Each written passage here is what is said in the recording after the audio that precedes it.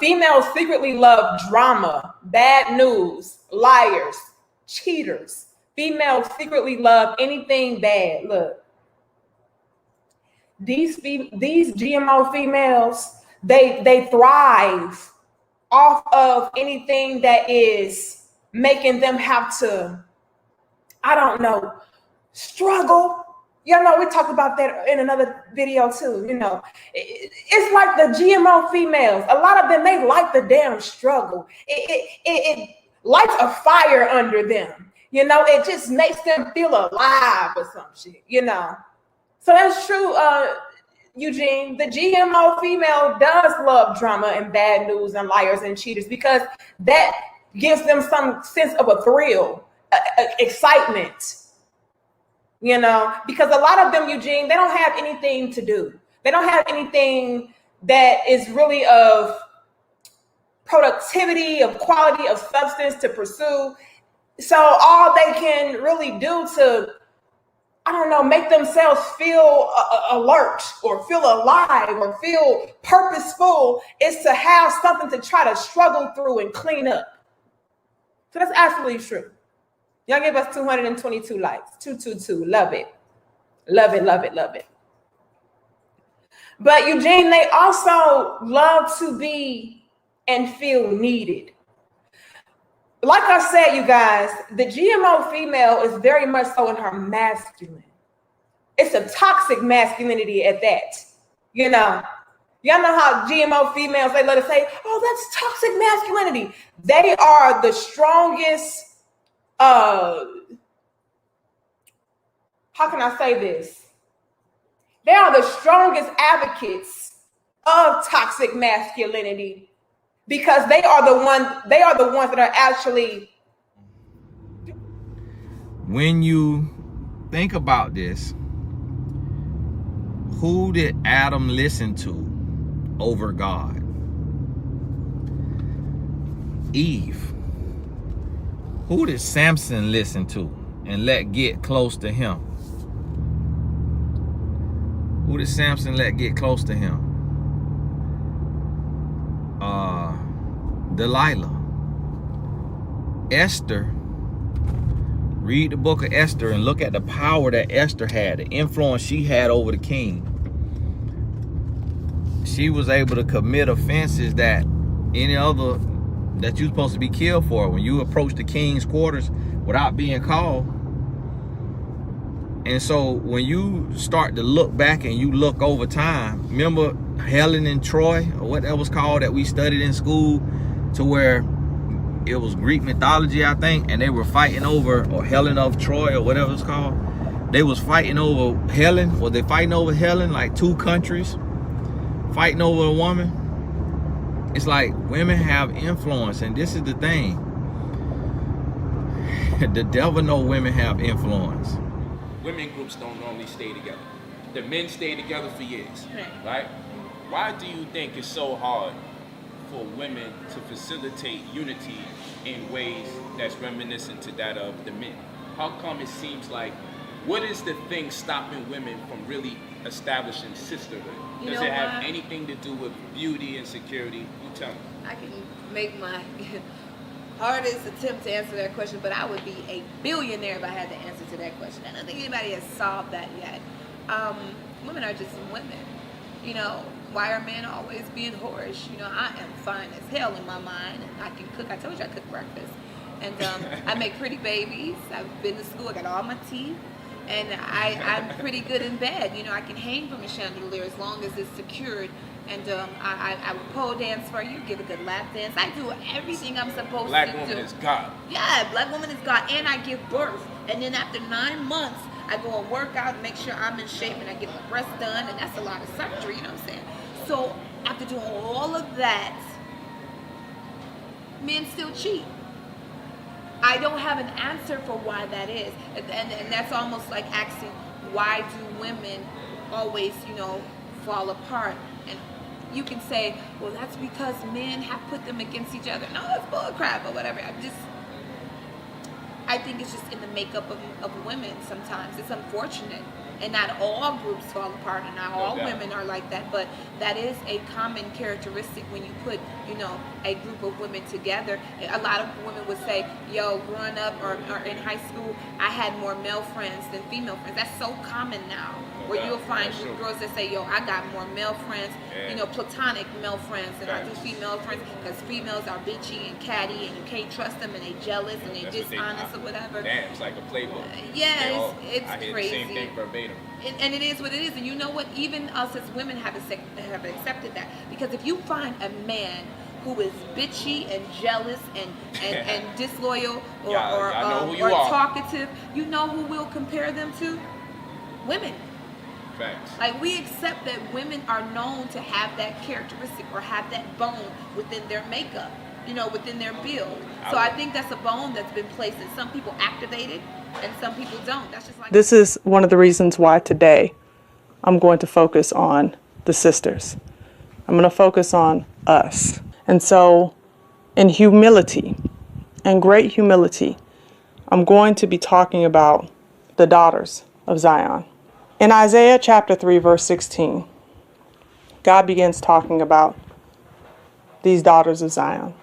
He says, "Moreover, the Lord saith, because the daughters of Zion are haughty, and walk with stretched forth necks and wanton eyes, walking and mincing as they go, and making a tinkling with their feet. Therefore the Lord will smite with a scab the crown of the head of the daughters of Zion, and the Lord will discover their secret parts. In that day the Lord will take away the bravery of their tinkling ornaments about their feet, and their cauls, and their round tires like the moon, the chains and the bracelets and the mufflers, the bonnets and the ornaments of the legs, and the headbands and the tablets and the earrings, the rings and nose jewels, the changeable suits of apparel, and the mantles, and the wimples and the crisping pins, the glasses and the fine linen, and the hoods and the veils. And it shall come to pass that instead of sweet smell there shall be a stink, and instead of a girdle a rent, and instead of well set hair baldness, and instead of a stomacher a girding of sackcloth, and burning instead of beauty. Thy men shall fall by the sword, and thy mighty in the war. And her gates shall lament and mourn, and she being desolate shall sit upon the ground." I know for me that's a very difficult passage to hear, because so many times we've seen the curse of Deuteronomy 28 and what it's done to the women in our community. And it's hard to deal with that reality. But when I think about how many women in our community are still ignorant to who they are, this whole chapter summarizes what that ignorance looks like, that haughtiness, that going about with what appears to be well set hair, but oftentimes it's not even our hair. I was watching a deliverance video maybe about a year ago, and it was a young lady who had weave in her hair from India, and she was going through some demonic possession, and one of the demons began to manifest itself and speak through her. That demon was named Kali.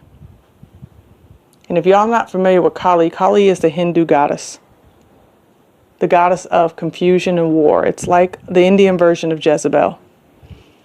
And Kali began to describe how when women, particularly in our community, purchase the hair from these Hindu nations, what they don't realize is that hair has been dedicated to the Indian goddesses and gods. And so when they put that hair upon their head, whatever demon had implanted itself within the locks of that hair then implants itself into the scalp of the person wearing it. And they become possessed with those demons. A lot of our people don't even understand how this works. But we know that out of all nationalities, the women in our community suffer from alopecia more than any other demographic. Baldness. When we think about the fake lashes, fake nails, lots of excess makeup. When we think about the girdles and the tight clothes, when we think about the seductive walk and all of the things that our community has shown our women to be, especially on the movies, in the music videos, through the music, promoting sexual debauchery, promoting sexual promiscuity. It is run all throughout Zion, not just in the secular world, but in the Christian world. Remember Mary, Mary, it's the God in me, the outfits that they wore.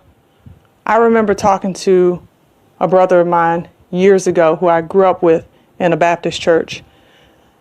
And I remember his comment about Mary, Mary. He wanted them, and he would do whatever it took if they were in front of him to have them sexually. He wasn't talking about their music being edifying to his spirit.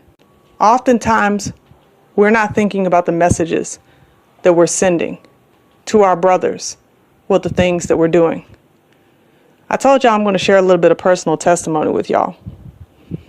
So let me step back a minute and help you all to understand that I'm not coming from a place of pointing fingers and judging. I'm a former model, a former runway model.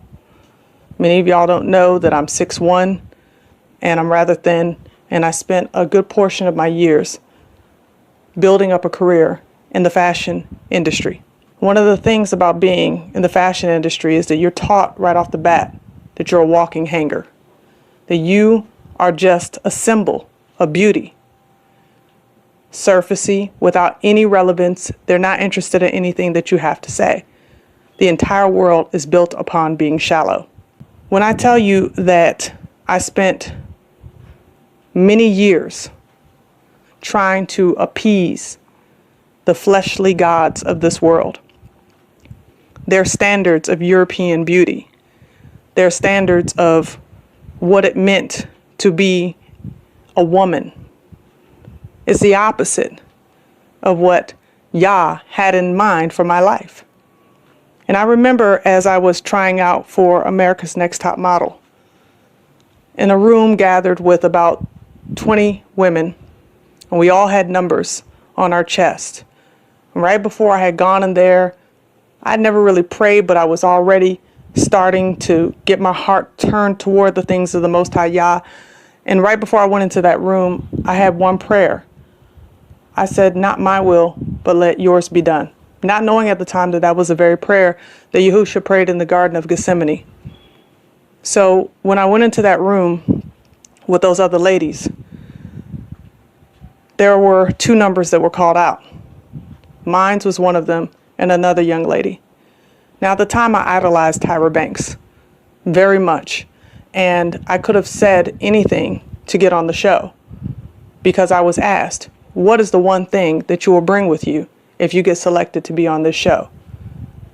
And before I realized it, the Ruach HaKodesh took charge of my mouth, and I said, I'll bring my Bible because none of this stuff matters anyway. Now, y'all, I didn't say that. The Ruach spoke through me, because had he not, there's a very good chance that I would have been selected to go on that show.